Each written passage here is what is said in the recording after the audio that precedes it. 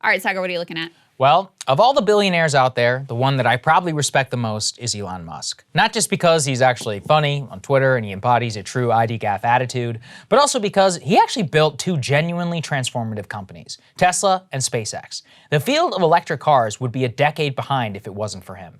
And as far as private space endeavors, it was almost fully captured by the military-industrial complex before he came along. I give him a tremendous amount of credit.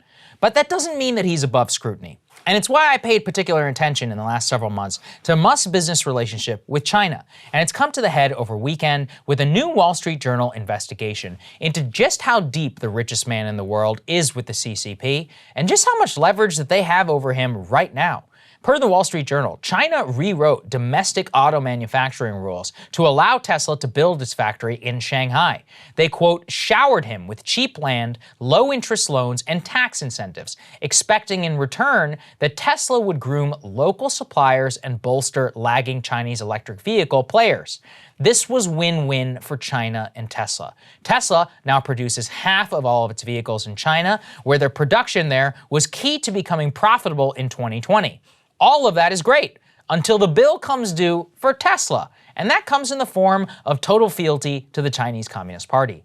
China's domestic regulations require all businesses to retain all digital records that it gathers from Chinese customers inside of the country. And critically, Tesla must seek approval from the Chinese government before it's allowed to update its own cars. Now, you wouldn't want all that self-driving tech and cameras falling into the wrong hands now, would we?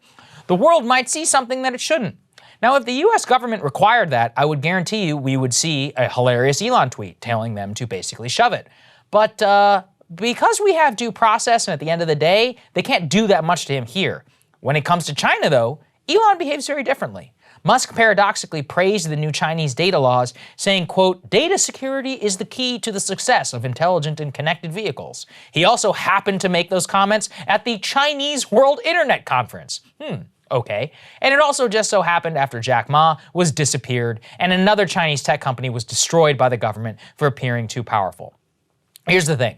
In the long run, Musk will still probably lose. That's what makes all of his kowtowing so gross.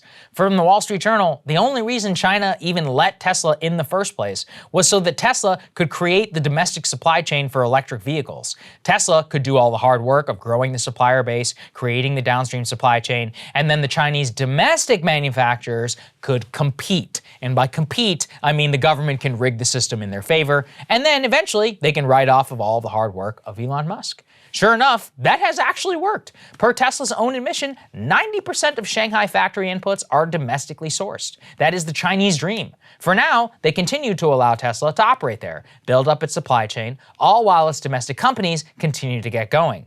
This is for two purposes. Number one is to have domestic capacity. Number two is to destroy any foreign competition in the future. You rig the market and you create a monopoly. That way, when the same company, Tesla, wants to make its cars in the US, they now are asking our government right now for permission to import graphite from China. Not because China is the only place with graphite, but because they claim it's the only place they can get it manufactured and cost effective.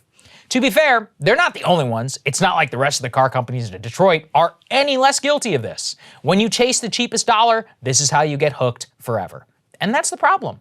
Musk's now obvious and deep reliance on China seemingly forever explains a lot of his recent weird behavior. Let's not forget his July 30th tweet this year that says, quote, the economic prosperity that China has achieved is truly amazing, especially in infrastructure. I encourage people to visit and see for themselves. Here's the worst part. That was literally in response to an official Chinese state media source quoting Xi Jinping.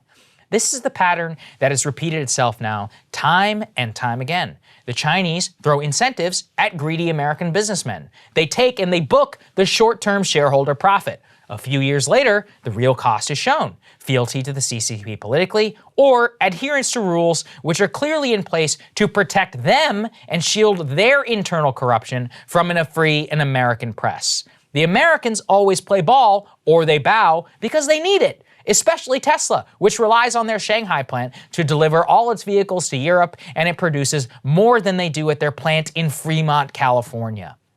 Shutdown would be genuinely catastrophic to their bottom line, so they have to keep playing ball, and so the cycle goes. I say this once again as a fan of Musk, but as a fan of America above anybody else. Right now, the US relies on Elon Musk to shoot our people into space, and he is probably our best hope at reaching Mars. Do you really want one of our citizens who is so beholden to China behind such a program of monumental importance? Here's the thing. I have always maintained it is not fair to even force these people to make the choice. At the end of the day, their job is to increase share price and sell cars. It's not to worry about geopolitics. That's our job and the government's job. It's why we should be making the choice for Musk and any American businessman. If you want to do business in China, that's fine, but you're not going to kowtow to their domestic political goals at the expense of ours and still do business here in the United States. You're not going to be actively contributing to the hobbling of American and other allied industry for a major strategic goal of the Chinese state. Period. You remove the option, you remove the conflict. Until we do, even the good ones like Elon, they're going to be sold out. And it just comes back to shareholder value, Crystal. It's just the original sin of all of this. Everything he's doing makes complete. Hey guys, thanks so much for watching. That's right. Just as a reminder, you can become a premium subscriber today. Watch the full show completely uncut, our reactions to each other's monologues. You get to listen to it, you get to ask us questions, all that good stuff. Link is right there in the description or at breakingpoints.com. Best of all, great way to say screw you to the mainstream media.